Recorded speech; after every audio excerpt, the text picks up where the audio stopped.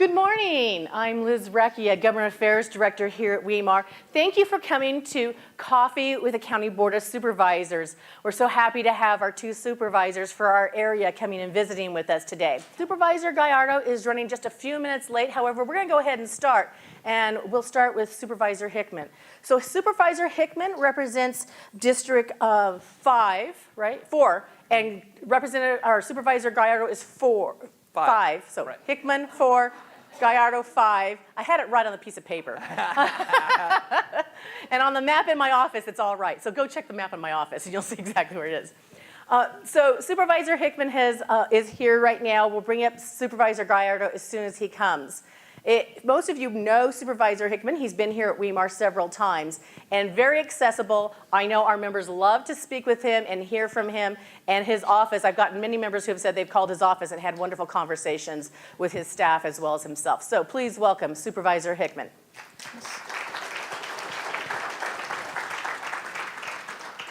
So I was told stage left because I'm the Republican and I'm on the hard right. And when Supervisor Gallardo gets here, he gets to be left. But okay, there you go. Enough with the political jokes. So, sorry. Good morning, everybody. So we're going to start out with a great overview question. First of all, tell us a bit about yourself and what you do, how you came to be a supervisor at the county, what your favorite part of the job is, what your least favorite part of the job is. And then tell us what actually the job is. What is the job? This job is phenomenal. Well, let's see. Okay, so I'll reintroduce myself to the group again, and I really enjoy coming out and talking to this group. You guys have your feet on the ground when it comes to business, especially in the West Valley. I think I've warned you guys ever since I was appointed and then elected. You know, growth is coming. I think you guys are feeling that. Thank God for realtors, right? Because you guys are selling, hopefully, a lot of houses or purchasing a lot of houses. I hope you're all making a lot of money.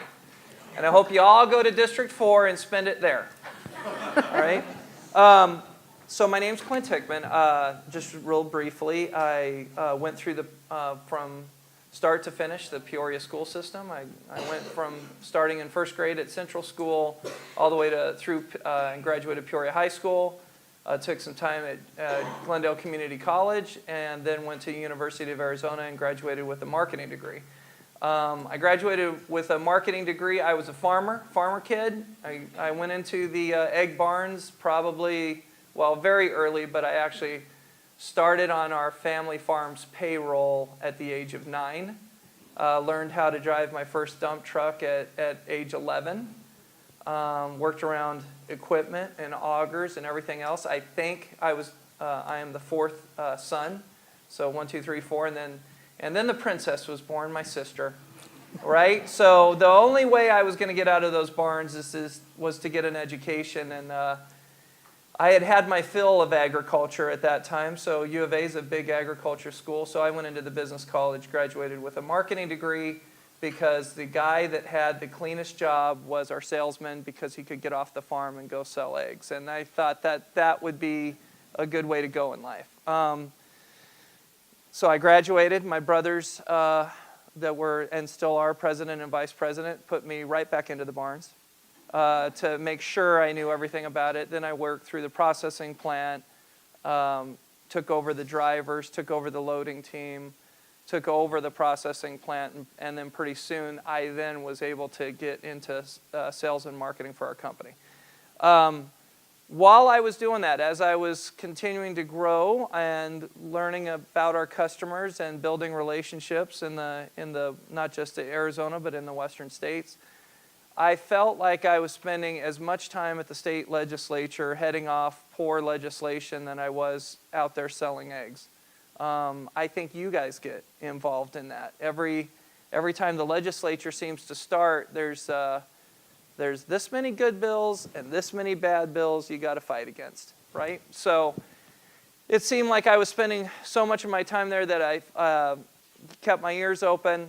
I was a child of unincorporated area. Unincorporated areas, as you guys know, is the area that has not been swallowed up by a municipality or annexed in.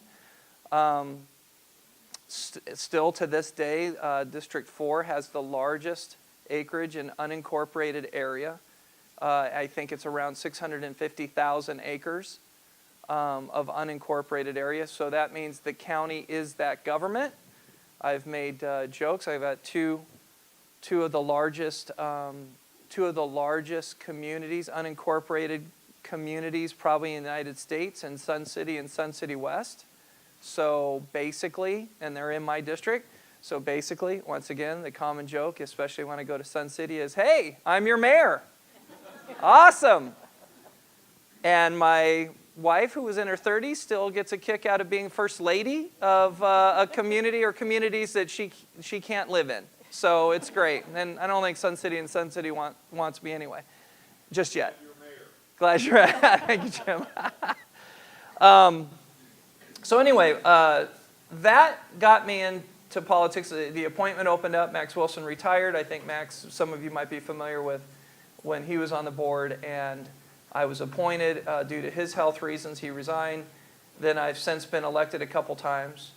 Supervisors get elected once every 4 years. All county officers are usually run on the election cycle that the presidential election cycle runs in. We are all in 4-year terms. So Steve and I did not have to run in this election, and I got to tell you, I've appreciated the break. I've appreciated watching what's been going on. I'm kind of glad I'm not running in this election, but who knows what will happen in 2 years. So good things about the job, the assets of the West Valley. First of all, the people I've grown up with. My district runs from 43rd Avenue to the county line to Yavapai County and bends around and goes all the way through Wickenburg, Gila, county lines all the way to around Buckeye. So large swath of land, lots of ground to cover. It's a full-time job. We are in session year-round.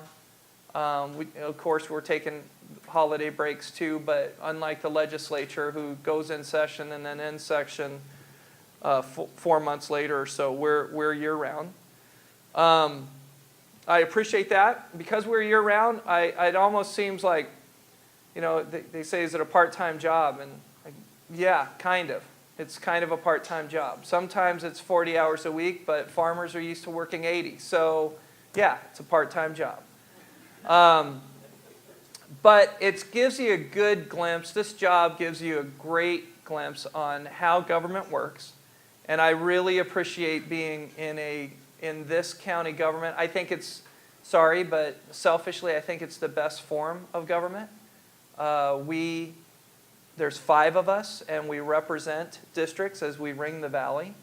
In my district and in each of the districts, that represents about 670,000 voters. Maricopa County is the largest growing county. I'm sure you guys are feeling that.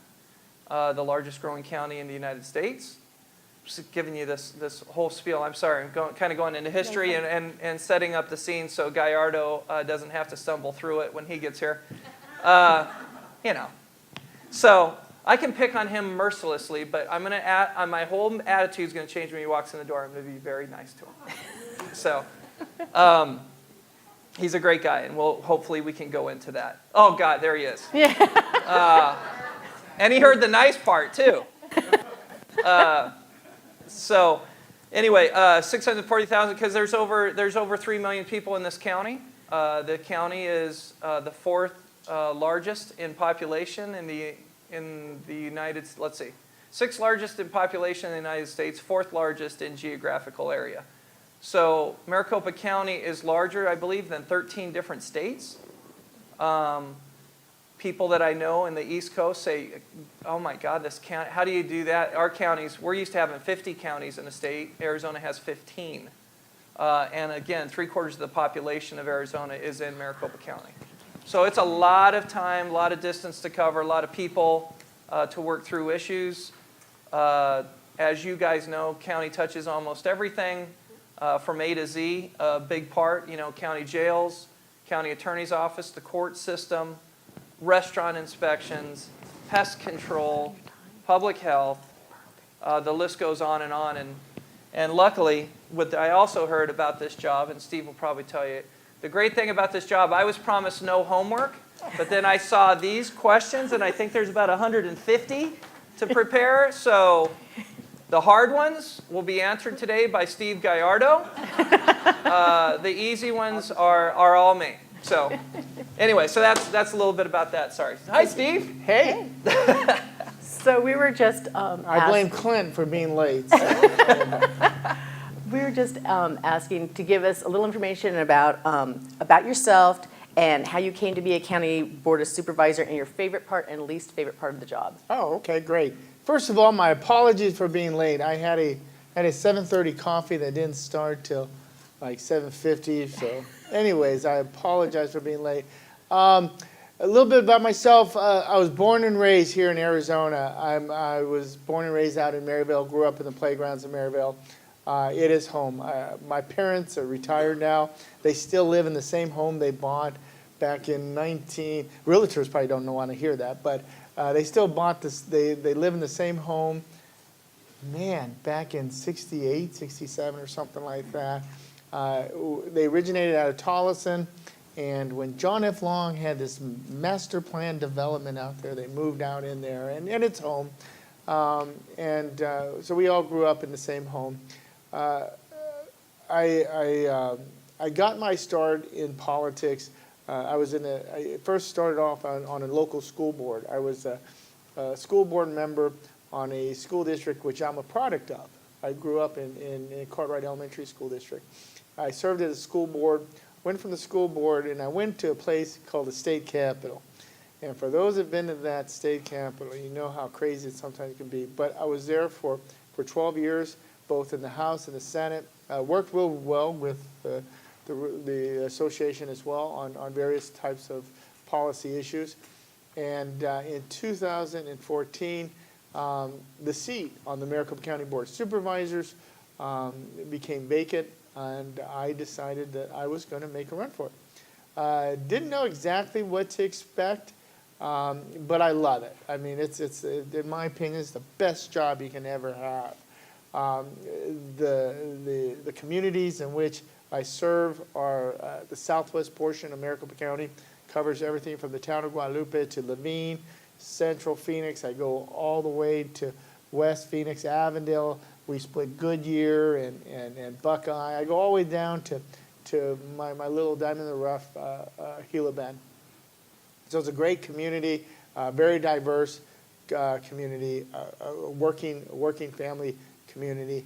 A lot of young families, I come to find out.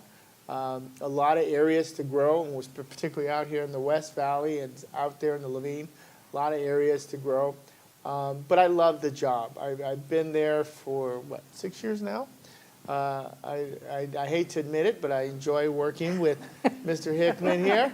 But no, it's a great job. It really is. Good people at the county. Financially, the county is structured well.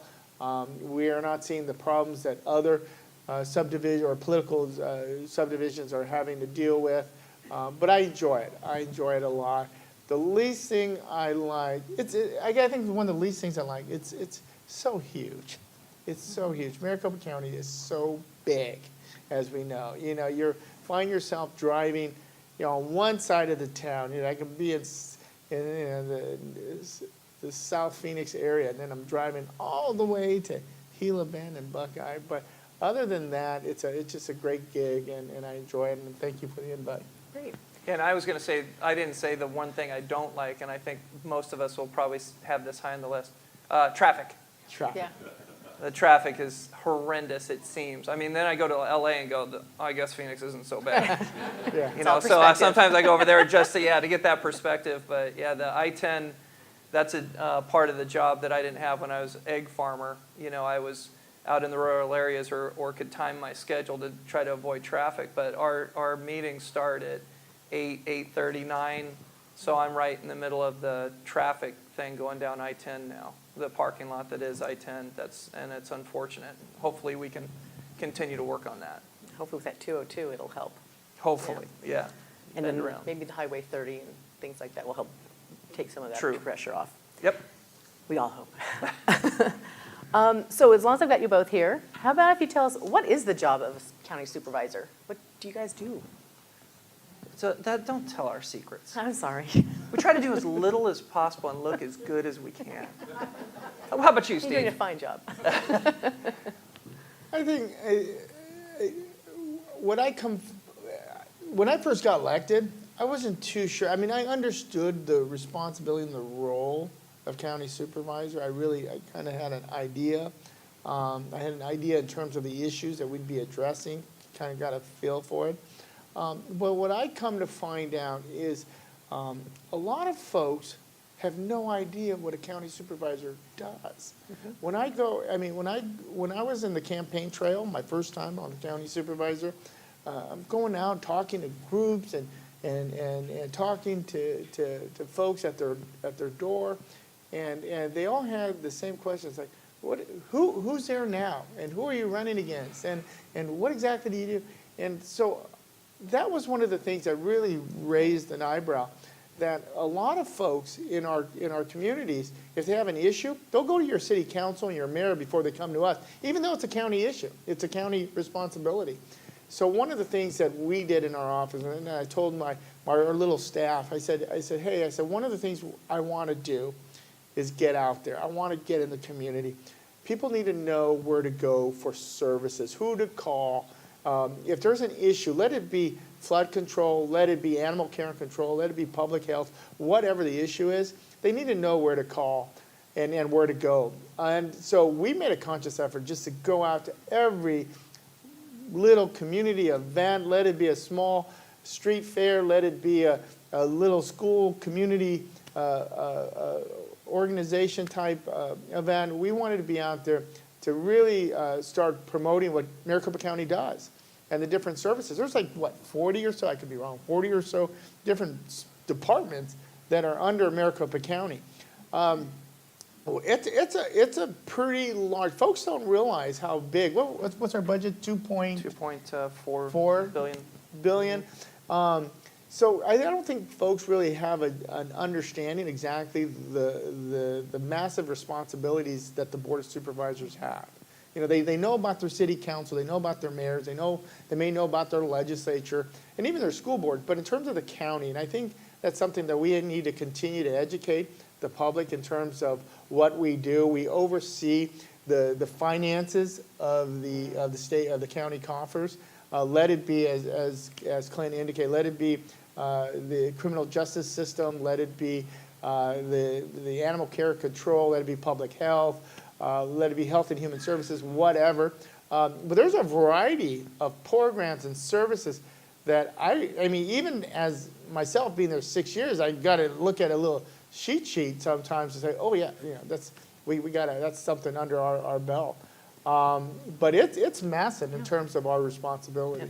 And if Steve doesn't mind a little bit further, joke or mess around, but our central focus is, as 5 supervisors, we're basically the budgetary authority over all the county departments. So we set our budget, and we don't just work on a budget for a couple months. It goes, if the economy's changing or swinging, we're always taking a look at our revenues coming in versus our expenditures going out, and try to keep right-sizing this government. So it's an expenditure authority. It's also taking a look at policies set by other electeds, the county recorder, the county sheriff, things like that, just to make sure that they fit into that budget scope. Every elected that doesn't get elected about setting or setting property tax rate, believe me, every dollar coming in should go to their department. Well, you spread that over 40 departments. Under 6 different electeds downstairs, assessor, recorder, sheriff, county attorney. Everybody wants that piece of that pie. So it's up to us to kind of keep the government right-sized, and also hopefully, and even according to Steve, keeping your property tax rate low, because that's what makes the economy gen, is not you guys paying more and more into taxes. It is spending tax money correctly, that we can keep a government running efficiently and keeping the money in your pocket. So that's what we're all, and we might be 4 Republicans and a Democrat, but that's our central focus is fiscal responsibility for the county. especially in a growing county, which is awfully tough because there's people coming in here every day wanting services the first time they purchase their house. Then they're hitting the recorder, the title companies, everything else that flows through the county. So with that, you've already sort of both described the territory of your districts and its borders. But can you also, let's start with you, Supervisor Gallardo. What are 3 of the biggest assets and 3 of the biggest challenges in your district, and what's your vision for the next 3 to 5 years of your? Asset, it's a very diverse district. I mean, and mainly because kind of the size too. I think you have a lot of potential in terms of growth. Particularly, I mean, I do have kind of the central metropolitan Phoenix area, but that's probably maybe a third. The other 2/3 are out here in the West Valley, and the potential out here in terms of growth and economic development. I mean, even you have everyone for the most part now looking at the West Valley and how we grow and how we grow responsibly. So I think from that, I do see that as a huge asset. Challenges, again, it's a growing economy. You have you still have a workforce development type issue that we have to address. You have some folks that are out of work. So how do we get them back in the workforce? You have a changing economy too. So how do we get them back in the workforce?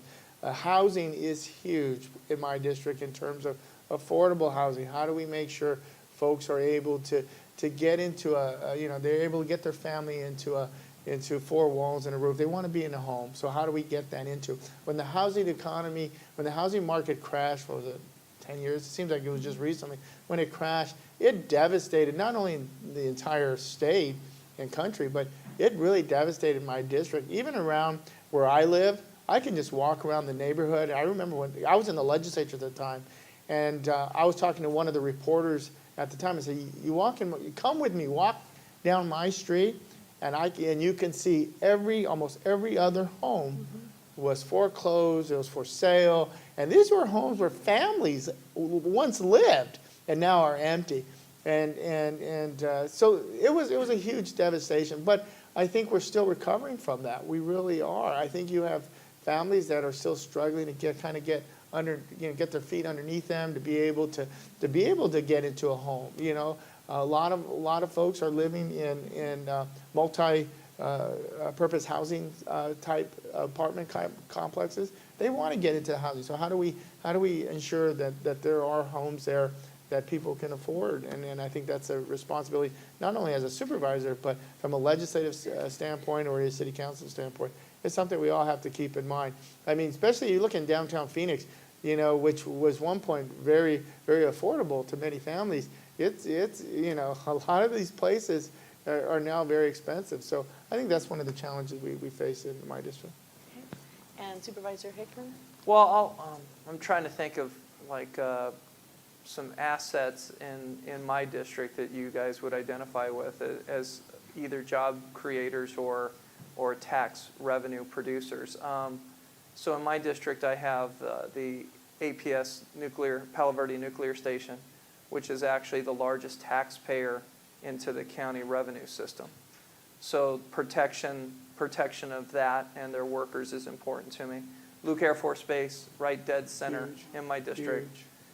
Quite the revenue generator. Our military, plus you have military families coming in from around the country, and the protection or the enhancement in quality of life for those airmen while they're here, and hopefully enticing them to become residents long term. You have in my district a fabulous Maricopa County Park system, with the jewel being Lake Pleasant, and how to best protect that, and again, a quality of life issue. So that's one thing. The people are fantastic, mostly because I can walk in a room and somehow I know somebody in there because of my longtime family presence here, both in the elementary school district and elsewhere. So fabulous, because those people know they can just call me on the phone, or they can call a friend of mine who will then call me and harass me to make sure that I call that person back, their friend. So that's a great part. I think the tough thing that we probably are looking at, and Steve touched on it, is where are we gonna and how are we gonna put in infrastructure to support a growing population with a very, with a small revenue base. The East Valley is built out. They are swallowed up. I think District 3 only has 60,000 unincorporated area left in it because Scottsdale, Phoenix, and other communities have swallowed that all up. So it's a little bit easier when you're being a supervisor, I think, out there, because the cities are taking care of all those services. It becomes under their jurisdiction. So it's hard. That's why Steve and I work together, because I've got the most. Steve is following in short order with about 600 or 590,000 unincorporated. How are we going to work together to make sure the West Valley gets the proper piece of pie to build the bridges, the roads, the sewer system, everything that we have to put in before communities can sprout up. Another central focus that we have, planning and zoning. Planning and zoning in Maricopa County. What kind of houses are we going to let be built in unincorporated areas? For several years, cities would take swaths of land, incorporate them, and they would work with putting houses up. Right now, the cities have been reticent a little bit about expanding their borders as they're doing infill, but you still have developers that are looking for raw pieces of land and putting somewhere to put up 300 to 500 houses. That's an issue for me, and I think I've touched on it before. Our sheriff department, they are known for jails and maintaining the jails, and they're not known for their patrol function. And I'm a little bit worried, as we have far-flung communities, that our sheriff's office is going to be able to cover it. What they'll do is they'll come back and say, we need more money to cover it, right? So I have to kind of give a warning to developers every time they walk in and want to talk about a new piece of property in an unincorporated area. Realtors probably love it. Hey, more homes to sell. But the problem is more people, more problems, the way I view it, especially when you stack high population densities in unincorporated areas.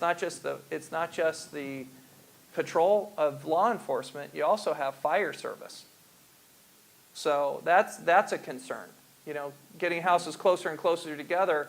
Rural metro is not known for their way of keeping neighborhoods safe. They're there just to kind of try to put out fires and brush fires, but they're a long way away from some of these communities. So it's difficult.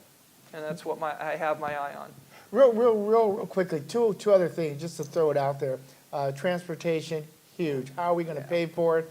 How are we going to, as our county continues to grow and population continues, and people are moving to Maricopa County. They love our weather. They love what we have here. So how do we deal with that in terms of transportation, how we pay for it?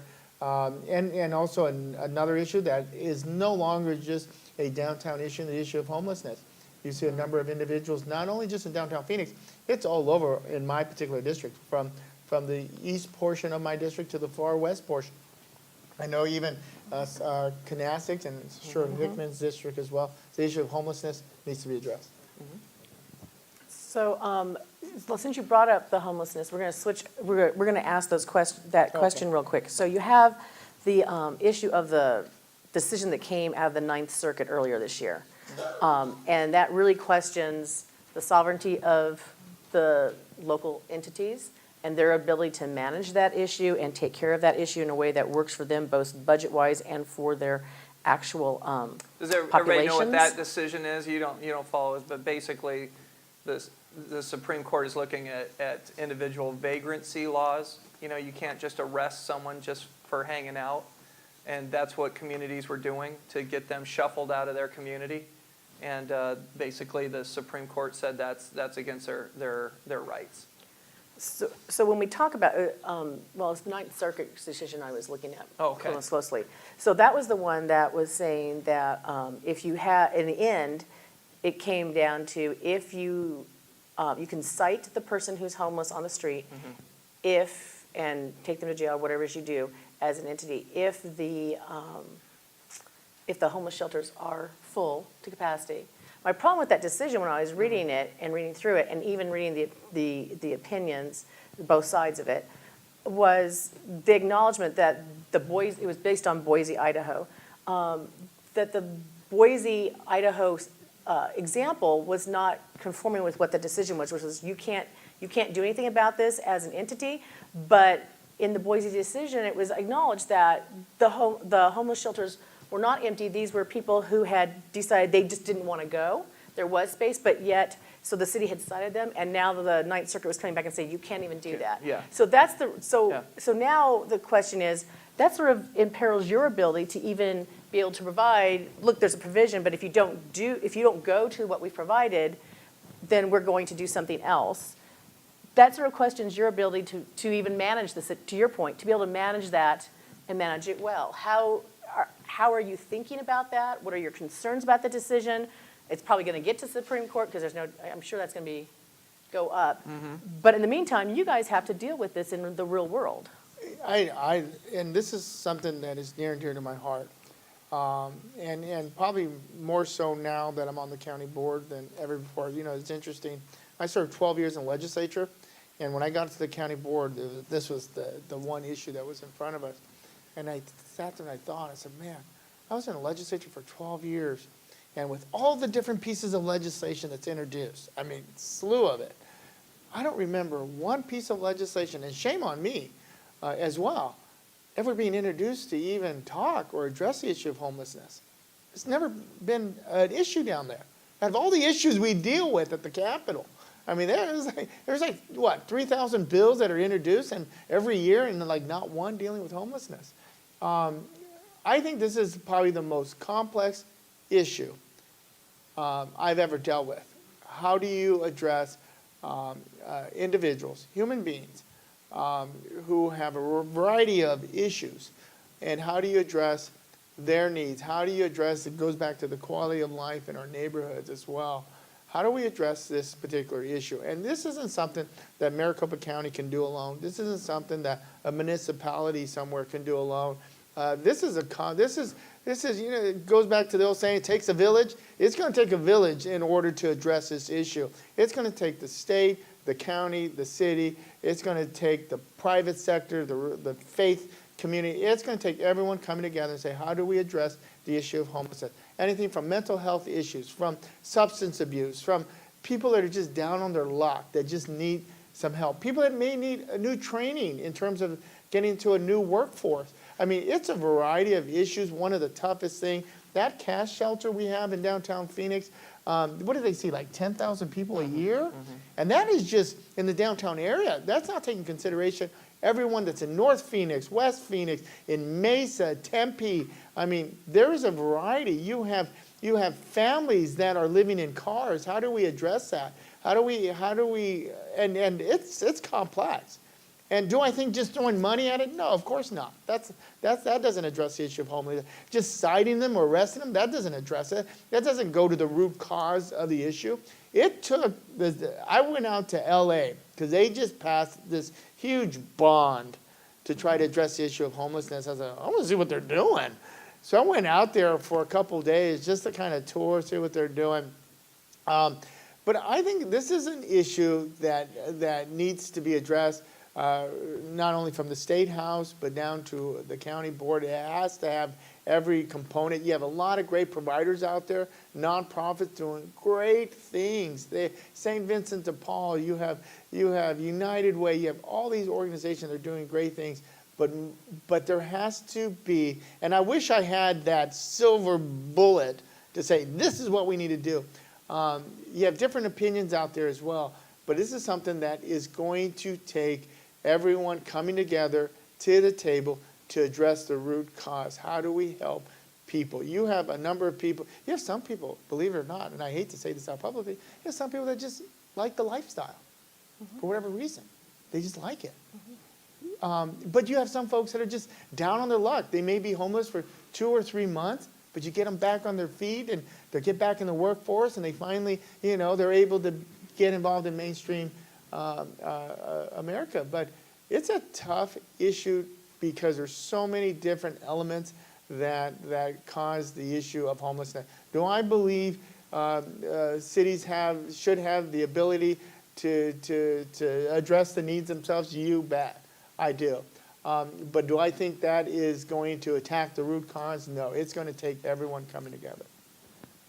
So do you see that perhaps the county could, since the county sits, sort of if you think about it, between the cities and the state, and they have they incorporate a large amount of land, and they see all of the different types of homelessness as you've just described, and they are in touch with all the different types of organizations, private and public funded. Do you think the county is in a position to perhaps be the coordinator of those types of services with a vision towards how can we eventually have a conduit to solve the problem? And then as a sidebar, there are people who like the lifestyle, but that's not conducive to the greater society. That may be a breakout within itself. Is that a place that the county might have? Oh, definitely. And we have. We have. I think we have a nice team there, Bruce and his core group of folks that are very passionate working with all the different providers. You know, the cash shelter, you have, 20 or so nonprofit providers there that are there to address the needs of folks. Some of it is just, as simple as just having a driver's license so they can go out and apply for a job. Sometimes it's just, again, getting someone into workforce development, training them in a new area of workforce. There's a lot we can do, but however, we can be kind of the leaders of it, but everyone has to take their part. I can tell you, just in my area, I have cities that will tell, I have council members and mayors, and I love them all, that will tell me, Steve, it's not our issue. Oh, yes, it is your issue. It is. It's everybody's responsibility.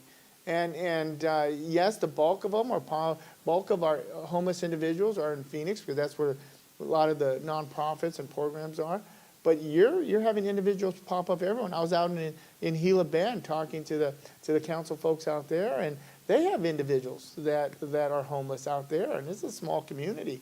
So I think, yes, can we be the leaders and those that kind of bring everyone together? Yes, and we have been doing that. Well, and my point on that is when you're in a government and you try to show leadership and you spend your taxpayer dollars in that, you find out you take ownership of the problem, and it just runs to you. Does the county need to be a leader and take ownership? I say no. Can we be helpful? I say yes.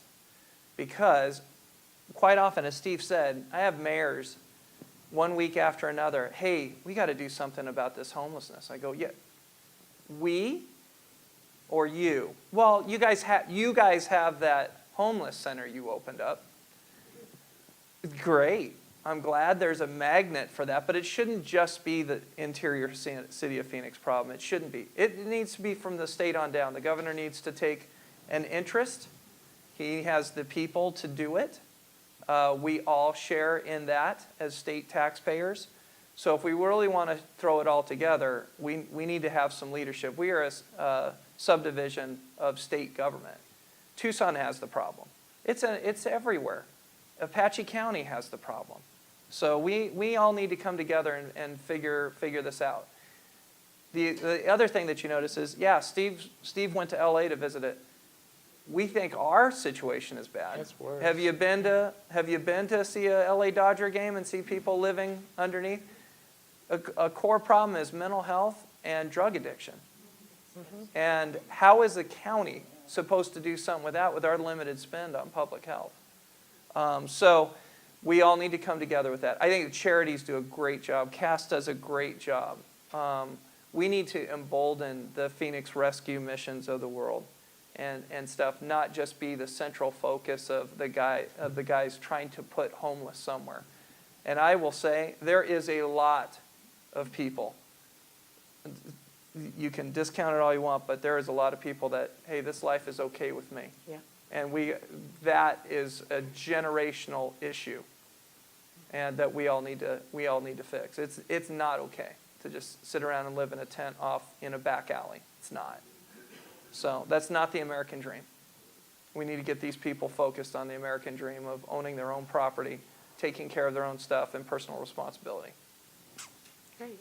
So we're going to take a quick 5-minute break, and then we're going to come back to more questions, and we'll start out with the election issue questions in our next one. So Yeah, that's 5 minutes. Steve's question. That's Steve's. 5 minutes. 5 So we're going to start back up with the election issues. If you followed what was going on, or maybe you experienced it in August, the August primaries, I know in my area we had the delay of the polling places opening to the point that our mayor even tweeted out at one point, just go to Avondale City Hall. It's a vote center. Go there and you can get in and vote, because some of our polling places were so late in opening. With that, the county did a report and released it, a couple weeks ago on what was going on, and the county recorder has a plan for November that hopefully means that that won't happen again. So it's a combination of contractors and the county recorder and some misunderstandings apparently, but they have a plan so that that doesn't happen in November, which is going to have even more voters than in August, which was quite a few for what it was, a primary and a off presidential election year. So from that, are you confident in the plan? Are you happy with the plan? Do you foresee any issues going forward? Long-term, is this a temporary, just get us through November plan, or do we have a long-term plan to make sure that we don't have these same issues happen again? So you're looking at me, and what I really like to do here on a situation like this is all of our 5 board members kind of represent different things. Like Steve Chukri is the president of the Restaurant Association. So we look to his guidance. Denny Barney is a developer, and Steve Chukri is a 4th generation Arizonan. Denny Barney's a 6th generation Arizonan. Wow. Bill Gates, I don't know, I think he's 2 or 3. I'm not too sure. He's a lawyer. Bill Gates is a lawyer, works as lead counsel for the Ping Corporation, so manufacturing. I'm a lowly egg farmer that understands rural issues. But people don't know this about Steve Gallardo, and I have to point it out. Steve worked in the Maricopa County Elections Department for how many years, Steve? 14 years. Wow. 14 years. Wow. So he's our elections authority. So I'm very interested to see if Steve feels that if he has a great I was plan. hoping I'd get the answers from you all here. Oh, man. So let me just say this. In all fairness to our hardworking election staff people who do an incredible job, and I'll just say this bluntly, there's no such thing of a perfect election, period. It's never happened in this entire country, and I don't foresee it happening in the future. You're always going to have mistakes. You're always going to have errors. When you're dealing with a county, particularly Maricopa County, this big and this many voters, you're going to see some problems. The question becomes, are you prepared to deal with the problems when they occur? And the one question that I always ask, even the previous county recorder and our current county recorder, it's what's our emergency plan? What is it? Now you try to think of worst case scenarios. What happens if X happens or whatever.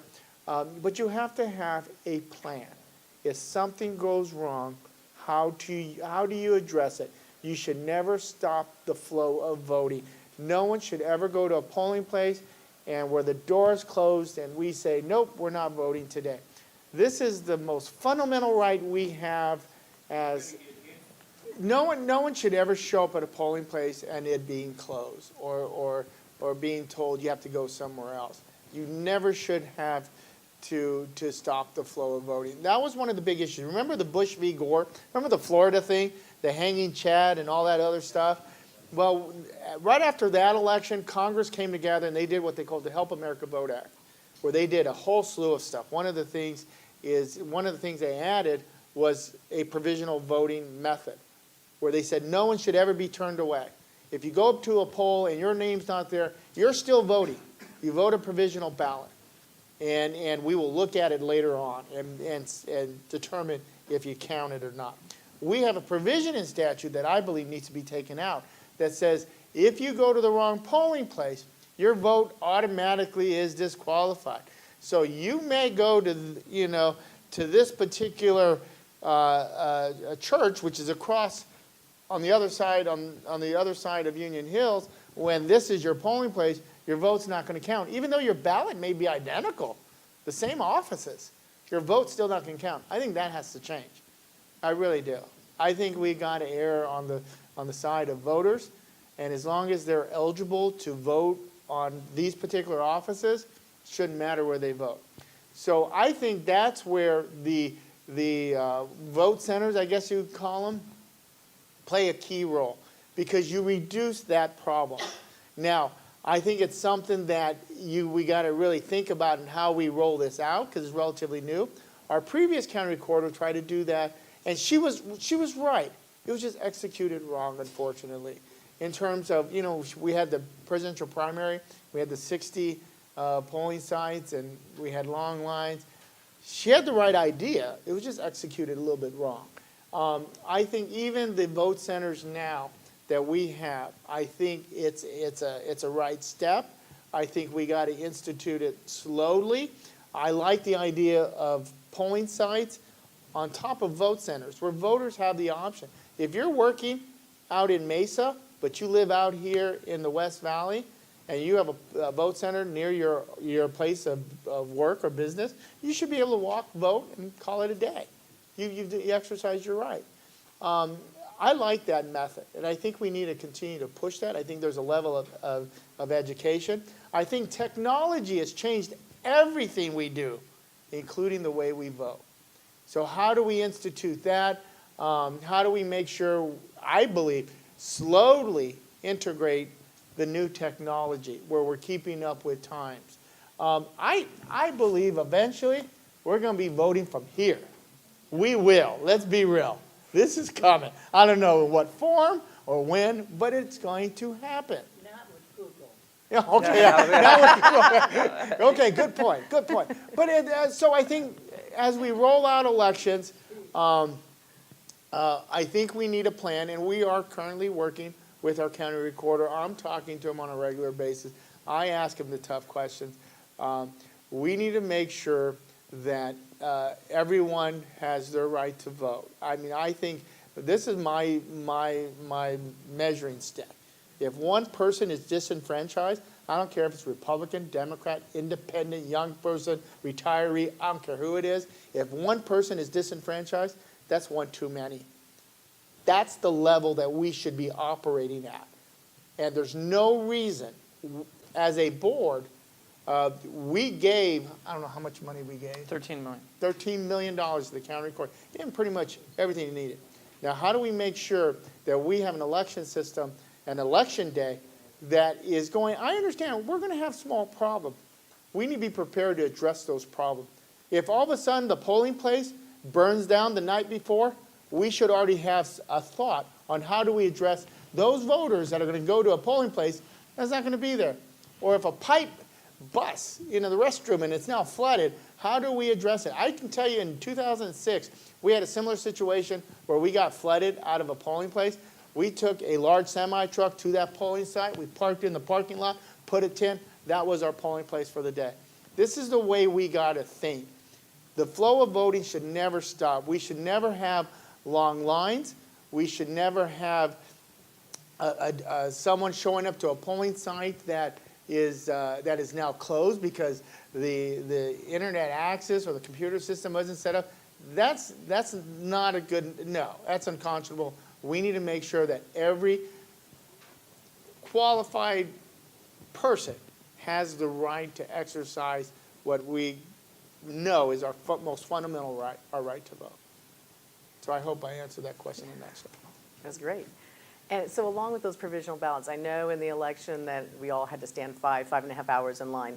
One of the things that really struck me in that election, and there was, I don't know how you address this, was the staggering number of people in my, and I was one of those people who stood in line for 5.5 hours. I get up to vote, to sign in line. And it was one of those things where for every person who was already registered and able to just go up, sign, show their ID, and go vote, there was a good 20 or 30 people in that line who were over at provisional, and they were saying things like, well, no, I didn't register. And This was the presidential preference Right. election? so they're having to vote provisional because so that part of a good chunk of the line I stood in for 5.5 hours was a good 4 hours of people who didn't have a clue in heaven what they were doing.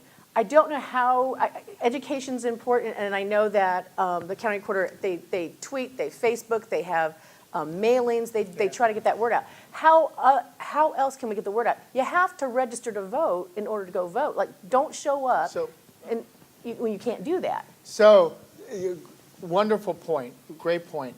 On the presidential primary election where we had the 5-hour wait lines, even to my extent, we all underestimated the excitement around the election. They did calculations. What did we have in previous elections? Even when our own Senator John McCain was on the ballot, we didn't have this much excitement here in Arizona. Everyone underestimated the excitement. This is when we had President Trump was campaigning. You had, who else was on? I think There was about Marco Rubio. There's about you had 4 left Ted, when we yeah, got well, I it. mean, there was a high name individuals, and then on the other side you had the Hillarys, the Bernie.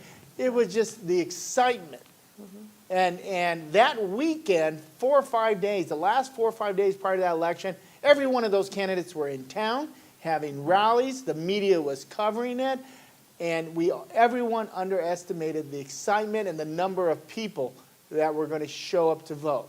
And a number of these folks, for the most part, were not really familiar with our election laws. In Arizona, in our presidential primary, it's a closed primary. Independents can't vote. So what happened? Independents showed up because they can normally vote in our general elections, in our primaries. They just indicate which ballot they want. They showed up on election day thinking they were going to be able to vote, and not in Arizona. It's a closed presidential primary election, which is another thing that I believe the legislature needs to address. There's Look at Mr. Mayor back Gallen. there. It's another thing. I think, we have to unify or uniform our election system. However they want to do it. They want to make it closed. They want to make it open. That's up to our legislators to decide. I have my own preference, but it's up to the legislators and our governor to decide. But you can't tell independents, well, you can vote in our primaries, but you can't vote in the presidential primaries. You can't vote. I don't think that's fair to independents, particularly when a third of our electorate right now are independents. So I think that needs to be addressed. So all these issues came into play, and then the fact that we reduced the number of polling sites in Arizona or in Maricopa County to 60, that was just a perfect storm, and that's what happened. But we learned from it. I think now we know, instead of having one line to check in, you have multiple lines to check in. I think now you know that you have a marshal. Your marshal should be going up and down that line if there is a line. There shouldn't be a line. But if there is a line, going up and down the line and saying, how can I help you? Are you here just to drop off your early ballots? You don't have to wait in line. You go over here. And try to kind of weed out those folks that perhaps may not need to wait in line. These are the little things that we learned from that presidential primary that could be corrected. I love Helen. I worked with her for 14 years. She was my boss. They underestimated the excitement, and she paid dearly at the ballot box. She lost her office. But I think from that we learned, and I hope the county recorder, our current county recorder, and I think he is, he's listening to what you all as voters are telling him, what the political parties are telling him, and what we're instructing to him, because we hear it every day. In that presidential primary election, this what really irks me, and it comes from my side of the aisle. Oh, God. Okay, Here this it is what comes. irks me. I went around when this plan was thrown out there, because I understand elections. When this plan was thrown out there, I went to everybody on my side of the aisle. I said, this is the plan. What do you think? I have issues. What do you think? It was like crickets. No one said anything. But as soon as Election Day happened and we had the 5-hour, they were all experts. And I thought, where the hell were you 2 months ago when I was pointing this out? And it just drives me crazy. Unfortunately, I think we learned from it. I think we're making some changes. I think we need to be slow in terms of how we, Stand up. Someone stand up and walk. Someone walk that aisle right there. Just walk out there. See, these are the issues we got to address on election day. Making sure the lights stay on. But I think we learned, and I think hopefully we're going to never allow what happened happen again. I know we're still trying to sort out what happened to the 60 polling places or so, 60 plus, happen in our primary. That should never be the case. Like I said, folks, there's never going to be a special election, a perfect election. You're going to have problems.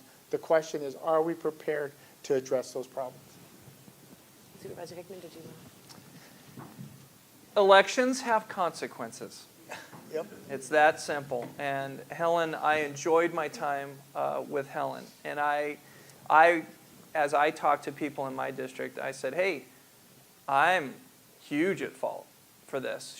They submitted a plan, and Karen Osborne, who was elections director, card-carrying Democrat at that time, came and presented a plan to our board. Now, I'm going to reset a little bit of what that time frame was like. They came and brought a plan, and they wanted to test out voting centers. And they wanted to pull that down. Why do they want to pull it down? I said clearly, let's try to pull this election off as cheaply as possible. I'll still stand by those remarks for a number of reasons. At that time, the county pays for that election and is to be reimbursed by the state. But the state has the option of not paying for it. Okay? We were getting wind that the state was not going to reimburse the county for that as we were in the planning process. Mr. Gowan, there you are. We were hearing that. Our board was hearing that. We are business people. Sometimes you experiment. I mean, businesses do that too. And sometimes you go, oh, that was a mistake. It's very tough to do an election. But I'm going to continue to say it over time and time again. The presidential primary election is not an election. It is a beauty contest for federal candidates. The presidential primary now is so late in the season now for Arizona that it almost is just a chance for presidential primary candidates to come in and say the same things to their base. Okay? That's what was happening with Bernie Sanders and Hillary on one side, Donald Trump and the three that remained on that other side. That was going on. How many independents now?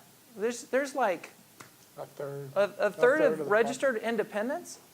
This is a chance for our political parties to stand up and be fiscally responsible and say, we will pay for that. Other states' parties pay for presidential preference elections. Straw poll in Iowa, it's a chance for the parties to make money and to garner support for their candidates and to garner membership in their parties.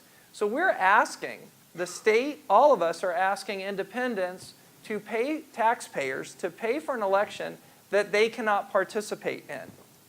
I have a fiscal issue with that because they don't even get a chance to vote in it, but they're paying for it with no say in the matter. So think about that next time. And I talked to David, you're here. I think the parties should take that over, especially because it's so late in the season that it almost doesn't matter other than, again, prompting federal candidates, but the state taxpayer is paying for it. And it looked like the county taxpayer was going to pay for it. What I'm irritated about is the current recorder ran centrally on that and pasted the living hell out of a person and her staff. And he won the election, and he took it over.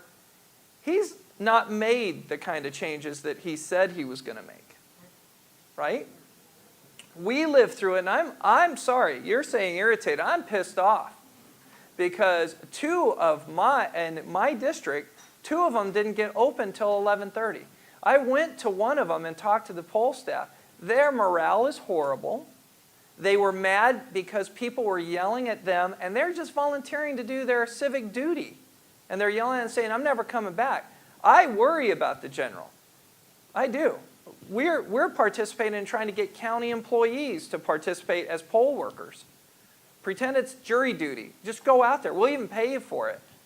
So be aware, and yeah, keep letting us know and keep letting the recorder know. But we're trying to support the election staff that are trying to do a good job, as best job as they can. And I'm hoping it works out. You know, a plan, you can only tell if a plan works day of.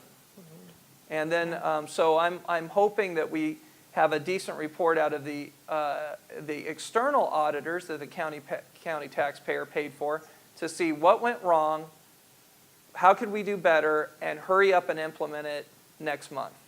Clint brings up a good point, and that's a question I think we all need to, as voters and as policymakers, we all need to be asking ourselves, what is the purpose of our presidential primary election? When it was first created back in, like, our first one, I think was in 98, I could be wrong, I think it was in 98, we were third in the nation in terms of presidential primaries. It was, you know, you had the Iowa, New Hampshire, and then boom, Phoenix, Arizona, or state of Arizona. We were the third, so the media attention was focused on us. We were the it. We were actually deciding who the nominees were going to be. We're no longer the third in the nation. I think it's South Carolina now. We're down, I don't even know where we're at, like somewhere in the 20s or so in the nation in terms of having our election. In the past, the political parties paid for them, not the state. The state of Arizona passed a law to create it, made it a state funded election where independents at the time were not as high as they are now. Now they're third of our electorate, but now they still aren't able to participate. So the question is, do we really need a presidential primary election that's costing us probably anywhere from $8 to $9 million statewide? Do we really need this? And if we do need it, if it's something that the voters or the people of Arizona want, shouldn't we let the independents participate? I mean, they're paying for it out of their tax dollars, but they're not able to participate. Is it a dog and pony show? For the most part, yes. There is no, you know, you can have a candidate win the Arizona presidential primary. Doesn't mean they're going to be the one that's going to be on the ballot in November. So those are questions I think as a state we need to address. One more thing, in my district it was pretty sensitive to me because I worked awfully hard on this, so did my board, but awfully hard on the CD8 special election. I really thought that was the test for us when Trent Franks resigned and people ran in a primary and a general here to get that spot. So we worked really hard and it came off pretty flawlessly. And I told the recorder, I'm going to really thank you publicly in the public square if you pull this off. This is your first election and it's a compressed time period. So I was a little bit unprepared of the letdown on the big primary because I saw it happen very well and very effective on the CD8, both the primary and the general, on a much more compressed time frame. So, you know, crossing my fingers, hoping the best, and doing whatever we can do. Well, I think our board got our biggest vote when the recorder said the problems were not a dollar and cents issue. It was a people issue. Well, those people don't answer to us. They answer to the recorder. But the dollars and cents, that's our budgeting. So we gave them the technology, the time, and the money to do a good job, and he verified that he didn't need any more of that. He just needed to do a better job. So hopefully he's had a month and a half, 2 months to prepare to do a better job for the general for all of us. Okay. And then one thing that I heard from several people, not just our members, but other people as I was out and about talking to different groups in the community, was people who had gone to that primary and they had walked in and you had the pads that you signed in on, but their concern was all their personal information was there for anybody to look over their shoulder. And then you still had, it didn't feel like it was going faster because you still had to have a person come over and verify you, as opposed to when we just walk up to a table, here's my ID, sign the thing, get your ballot, go vote. So is that system, was it just we're not used to it, so it took longer type of thing? The privacy issue really is a concern for people, is there any talk about how to make that more private? And then was it just a first-time illusion that it didn't go faster, or is there some mechanism? The actual iPads is something relatively new, and I think that's a good point to bring up to the recorder's office, because nobody wants, in this day and age, you don't want your information out there. You don't. I mean, you hear all the horror stories on the identity theft or theft type stuff. So I think that's a good issue to bring up. I'll bring it up myself with the county recorder. I'm an early ballot voter. I don't go to the polls. I just, as my parents do. I don't. I'm an early ballot voter, so I haven't experienced the actual vote pad, but that's a good issue to bring up. I mean, technology is constantly changing. Everything we do, even on your regular daily job as realtors, it changes. Voting's no different. Technology has changed. The vote centers is kind of a wave of the country. That's kind of like the trend around the entire country, is these vote center method. And it's still relatively new, so like anything else, you get problems. The questions are you prepared to address those problems? Are you, there's a lot of things, if I had my magic wand and then, if I was a county recorder, I would do a lot of things that I think you should be doing. I think you should run for county recorder. Privacy screens were bought and paid for. Were they installed properly at every location? I certainly hope so. It's cardboard going around something. I certainly hope so. Line mechanics, kind of up to the recorder, and every polling place is different. A school gymnasium is different than a school, or different than a church, that's different than a bowling alley. So all of that kind of thing. I think line mechanics are probably going to be based on if you've had a poll, if that's been a polling place before, and you have seasoned staff that know what they're doing, that we're working on, and poll workers that have been there before. I'll give them all the credit that they'll probably set that thing up to address all those concerns, because that's kind of up to them on day of. Okay, great. So we have just a few more minutes. We have not even gotten through. I told you I had homework, so. So we're going to follow. Rapid fire questions. We're going to follow back up with both supervisors. Hopefully, I would just tell you right now, I'm going to invite you both to be on the WeMAR GAD podcast. Okay. And we will also follow up in other ways and get that information back out to you so you can get answers to the questions that we haven't had a chance to ask. But I want to touch on water just real quickly. If we can spend 5 minutes or so on water, it is such a big issue in our industry for property owners, for commercial and residential both. You can't build a plant or build a building or build a house if there's no water. It just is an empty thing. Mm-hmm. So when that comes to that whole livability, sustainability of water, just real quickly, I'm going to condense these into what you're dealing with at the county level as far as making sure there's adequate water, sustainable supplies of water, how you're working with the state organizations, the city organizations that you're involved with to make sure that the economic development we're seeing across the valley, but particularly in the West Valley, is something that can actually go forward. So, and then any kind of private well type of issues that you might be thinking are important for us to know about. So who'd like to lead off on that, baby? I took elections. You take water. Okay, I'll take. Being that I'm from the farming community and chickens drink water, I will say, because I think I kind of heard these questions answered as they should be more from the state legislative people that were here a month ago and talking about water. Yeah. The county has authority, very little on water. That's mostly statutory authority from the legislature on to the cities or unincorporated areas. But for the most part, the developers identify the piece of property, make sure they have a 100-year water supply based on the statute, all that. That's not something that we're going to really get in there and change. We can advocate rule changes, or we can advocate for new legislation, but that's kind of up to you guys talking to your state legislator. I try to keep an ear towards it. There's a ton of farming community in my district, but then again, I'm working with what the legislators would like me to know and how I can be helpful as a voice that uses water. much more than a county supervisor that dictates how we let developers use it.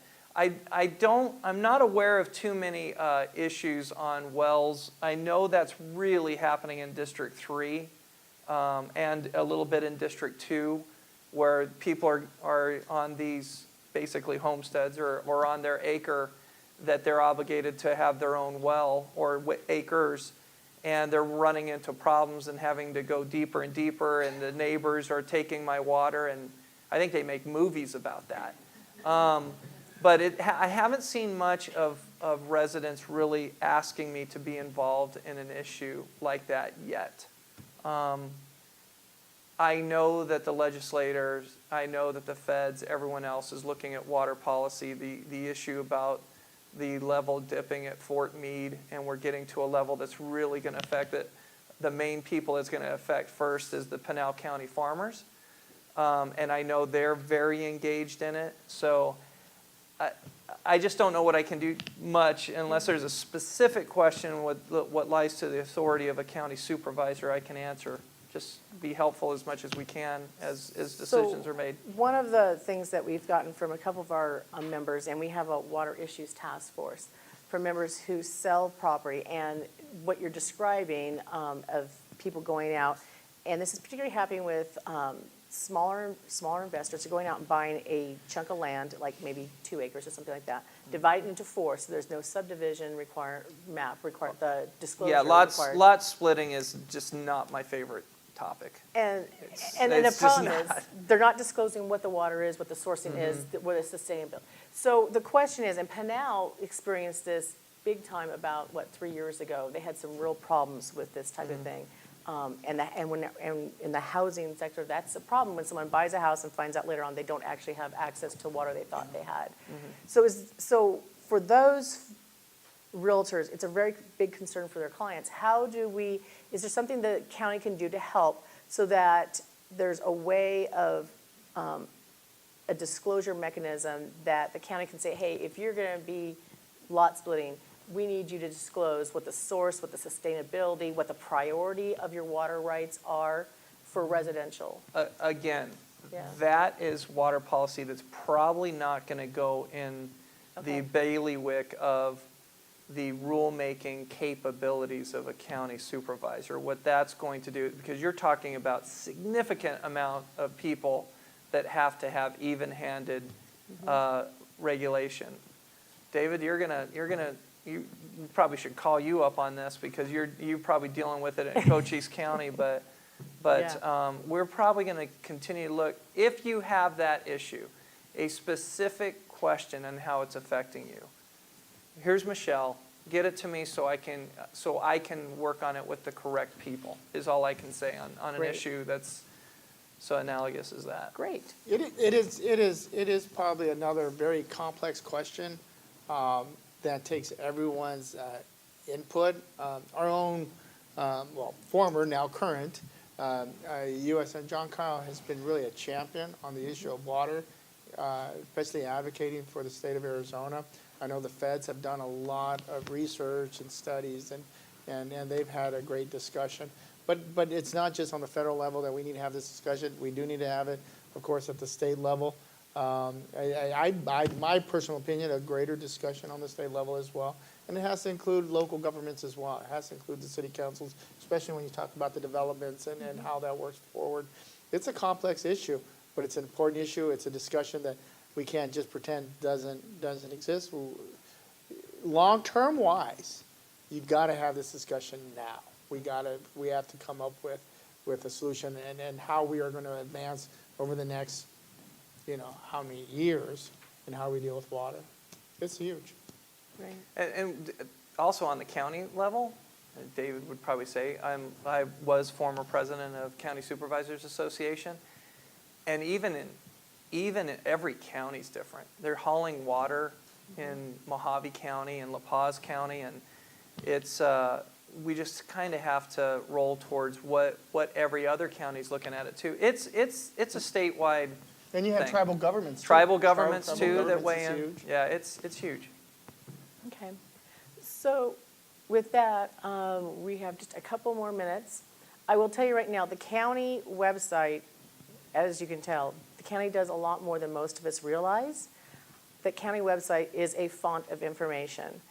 You could get lost in that, so take a little time. Could fall asleep to it too, depending if you're. Go through that county website and learn all the different services and responsibilities that the county has. It'll really open your eyes, and when you go to vote particularly, you'll find out. If you go to wemargad.org, there is an article on there about what you need to know in order to vote in the November election. So if you want to check your registration status, we have a direct link into the Maricopa county recorder, so you can go and he has a button there to check. If you've lost your pamphlet, he has a place there for you to download it so you can see it. At Secretary of State's website, we have a link to that. If you're in Cochise County, we have a link to that county recorder as well. So check that article if you are unsure about the requirements to vote or what's on your ballot. You can find all that out through those links. I also want to ask you guys one more question, which is in your counties, if we have a new client, either commercial or residential, agricultural, whatever it may be, who is moving to your district, what would you like us to particularly point out about your district? What would you like us to say? Supervisor Gallardo, you want to try that? First of all, let me just say that I think it's critical for, and I kind of touched on it a little bit, it's critical to inform your clients exactly what the county offers. And I don't know if you guys give out, informational guides or whatever, but I think that's critical. You ask most folks, like, what does the county do? They'll tell you, for the most part, they'll give you an answer. Well, that's where you go vote or go to jail. That's what they'll tell you. And okay, yeah, but we do a hell of a lot more here.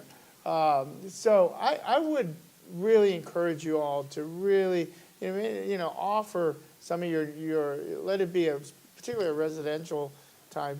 These are the county services. This is where you go for, especially if they're in a county island. This is where you go for particular information, because most folks would call their mayor and council person before they call Clint or I. It's just an automatic assumption. You go to the city. In terms of my jurisdiction or my area, I am most proud of, and I give kudos to, because they're a big part of what I believe, are our parks. We have great parks. Let it be a county park or even our municipal parks. Point those out. We have some beautiful parks here in our valley. Some are municipally, most of them are done municipal, but we have some county parks as well. Point those out. Everyone's looking for a place, especially our young ones, our kids. They're looking for a place to throw a ball. They're looking for a place to run. Families are looking for a place to just go and relax. And I think our neighborhood parks, and that's something to really point out. I live on these parks. I do a lot with young folks. And I really enjoy the parks we have, not just in Phoenix, but even in Avondale and Goodyear. We just have some great areas in which families can really, enjoy. And I'd point those out. I'm proud of our parks. I would say, just because I've grown up here in the West Valley, I've been able to watch it grow. And I would tell companies, you are walking into the ability to walk into a area that has a great workforce. We need more training for workforce. We need more manufacturing out here, because I think if manufacturer-based companies get here, especially in this time, it will grow this area in the best way possible. Better houses, because people can afford better houses. Roads, because they're paying into a tax base. I would love to see a manufacturing base growing out here to the point where we can keep traffic from leaving this area, going and using our freeways, and going to where the jobs are, which are in Center Phoenix or even as far as Mesa. We have one time to do this right. There is so much still flat land, beautiful land, and mountains around here. We can be the jewel of this valley if we all work together. Get the next generation that's under you guys involved in government, involved in policy making, involved in leadership, and involved in the trades. There are jobs out here that are coming. You want your kid to have a nice house, and you want your kid to live close to you. The only way you can do that is continuing to elect policymakers or elect doers and not sayers. The great thing about this county job, I mess around with Steve all the time, but we pretty much act kind of bipartisan. This toxic atmosphere that goes on that you get to watch on TV of people screaming at each other, we don't. We sit there and go, there's very few voices in the West Valley in leadership, so I got to make sure that he and I are working together to help these communities. And if he catches something in his district that I can be helpful on, he calls me, and vice versa. We answer our phones. We try to do a good job. And I would love to see beautiful homes being built with families that are going to stay here and live here for generations like I was able to do. Great. Well, I want to thank you both for coming. We've so enjoyed this Were we boring? conversation. Were we boring? Those legislators? Sorry, David. Last month. Thank you. Thank you both. And thank you for coming. We really appreciate it.